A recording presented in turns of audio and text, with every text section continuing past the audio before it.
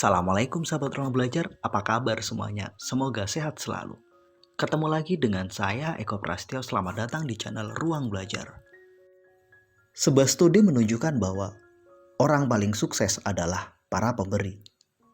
Mereka adalah orang-orang yang murah hati, mudah menolong, dan mereka mendapatkan kesuksesan yang sangat luar biasa. Namun demikian, hasil riset juga menunjukkan bahwa orang-orang paling gagal adalah juga para pemberi. Ini sesuatu yang menarik, bukan? Kenapa ada pemberi yang sukses dan kenapa pula ada pemberi yang gagal? Adam Grant dalam karyanya yang berjudul Give and Take menjelaskan kepada kita kenapa ada pemberi yang sukses, kenapa pula ada pemberi yang gagal. Pada video kali ini, saya ingin mengajak sahabat ruang belajar semua menyimak ringkasan buku karya Adam Grant tersebut. Jadi, simak terus video ini sampai selesai ya. Sebelum saya lanjut, saya ingin mengajak sahabat ruang belajar untuk terus mensupport channel ini. Caranya mudah, silakan klik tombol subscribe, nyalakan notifikasinya. Klik tombol like jika sahabat ruang belajar menyukai video ini. Sahabat ruang belajar juga dapat membagikan video ini kepada orang-orang terdekat kita, agar lebih banyak orang yang mendapatkan manfaat dari apa yang kita diskusikan hari ini. Oke, yuk kita mulai saja pembahasannya.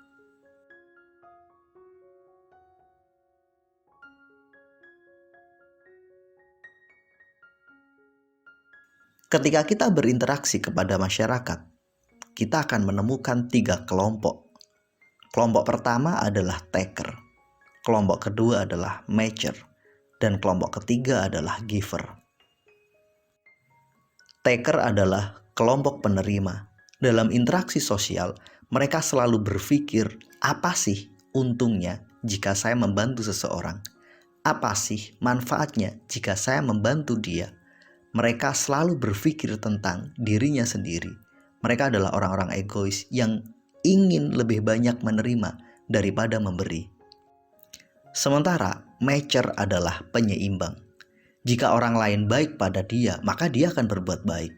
Namun sebaliknya, jika orang lain berbuat buruk pada dia, maka dia juga akan membalasnya.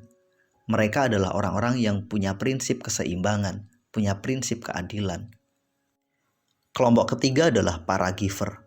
Mereka adalah orang-orang baik yang sangat tulus, yang selalu berpikir ingin memberi manfaat kepada orang-orang di sekitarnya. Mereka sangat peduli terhadap siapapun yang ada di sekitarnya. Mereka adalah orang-orang tulus. Mereka punya niatan yang serius untuk membantu dan mensupport orang lain. Mereka lebih fokus pada apa yang bisa saya bantu, apa yang bisa saya beri, daripada berpikir tentang apa yang bisa saya dapatkan. Dari 3 kelompok tersebut, matcher adalah kelompok paling banyak, kemudian disusul oleh taker dan barulah giver. Kebanyakan orang bertindak adil. Ketika ada orang baik, maka saya juga akan baik. Ketika mereka buruk, maka kadang kita juga melakukan keburukan yang sama. Sementara para taker adalah orang-orang egois. Mereka terlalu mementingkan dirinya sendiri. Jika mereka mendapatkan keuntungan, maka mereka akan berbuat. Jika mereka merasa rugi, maka mereka akan pergi menghindar. Jika mereka mendapatkan manfaat besar, barulah mereka mau membantu seseorang. Jika dianggap bahwa ini sesuatu yang gak bermanfaat, maka mereka akan berupaya untuk menghindarinya. Contoh sederhananya begini, katakanlah kamu mau pindah rumah. Besok hari Minggu, tanggal 12 Maret. Jika kamu punya seorang sahabat sebagai taker, maka dia akan selalu berpikir, apa sih manfaatnya kalau saya membantu dia? Jika kamu punya seorang sahabat, seorang matcher, mereka selalu berpikir, dia udah pernah bantu saya nggak sih? Oh iya, dia udah pernah bantu saya, jadi saya harus bantu dia. Maka jika kamu punya sahabat adalah seorang giver, mereka akan bertanya, kamu kapan pindahnya? Jika mereka sudah tahu tanggalnya, kemudian mereka akan ngecek, kebetulan saya kosong nih, oke, saya siap bantu. Jadi, 3 kelompok tersebut punya cara berbeda dalam bersikap dan bertindak ketika berinteraksi dalam kehidupan sehari-hari. Sekarang, yuk kita evaluasi diri. Kira-kira nih, saya ada di tipe mana? Saya adalah seorang giver kah? Saya adalah seorang matcher? Atau saya adalah seorang taker? Boleh, silakan sahabat ruang belajar menuliskannya di kolom komentar.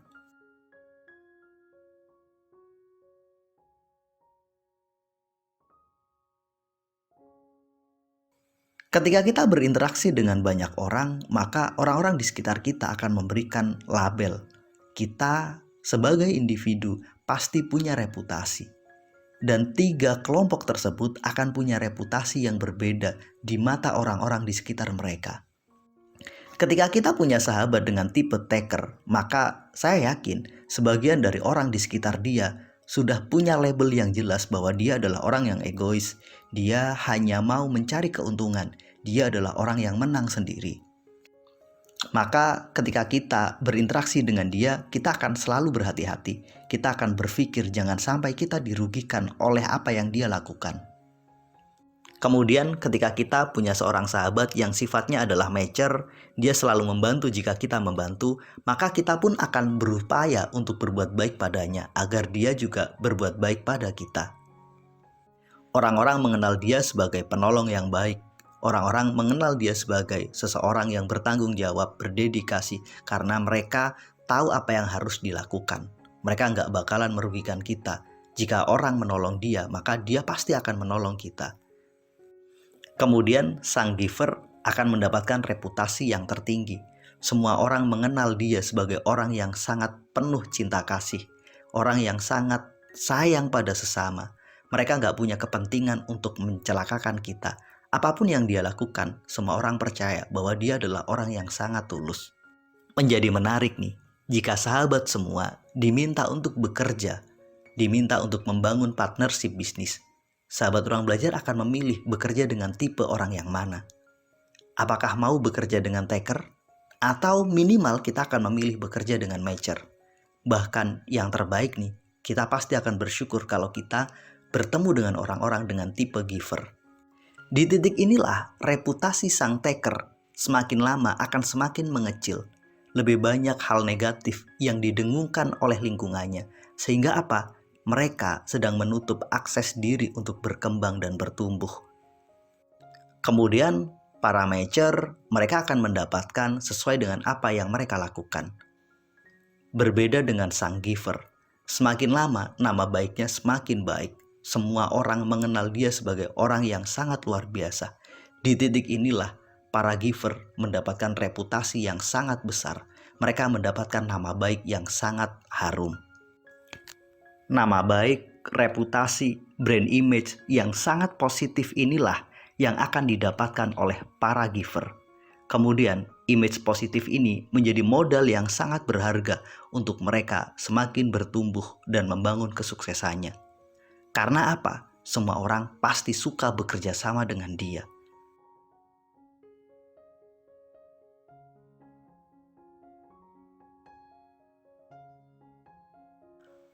Walaupun seorang giver punya reputasi yang sangat besar, walaupun seorang giver punya potensi yang sangat kuat untuk tumbuh menjadi sukses, namun seorang giver juga punya sisi lemah. Kadang ia lupa terhadap dirinya.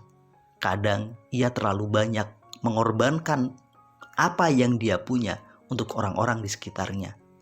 Tipe giver inilah yang punya potensi untuk menjadi orang-orang yang gagal. Para pemberi yang sukses adalah mereka yang selalu berupaya untuk melakukan yang terbaik, memberikan manfaat kepada orang-orang di sekitar mereka tanpa harus mengorbankan diri mereka sendiri. Mereka punya batasan, mereka tahu apa yang harusnya mereka lakukan. Ini sama persis seperti prinsip dasar para anggota tim SAR. Sebelum kita menolong orang lain, maka tolonglah diri kita sendiri. Maka seperti inilah prinsip dasar para giver yang sukses. Mereka punya impian, mereka punya tujuan, mereka punya batasan, dan mereka nggak mau mengorbankan semuanya untuk orang lain. Mereka melakukan apa yang harusnya mereka lakukan. Tapi ketika mereka memberi kepada orang lain, mereka akan benar-benar memberi dengan sangat ikhlas. Memberi dengan sangat tulus, tanpa harus mengorbankan dirinya sendiri. Para pemberi yang sukses adalah mereka yang mampu membuat orang-orang yang selama ini mereka beri, mereka bantu, tumbuh juga menjadi para pemberi. Sementara para pemberi yang gagal adalah mereka yang selalu memberi dan orang-orang yang selama ini diberi tetap saja mereka menjadi taker atau sekedar matcher.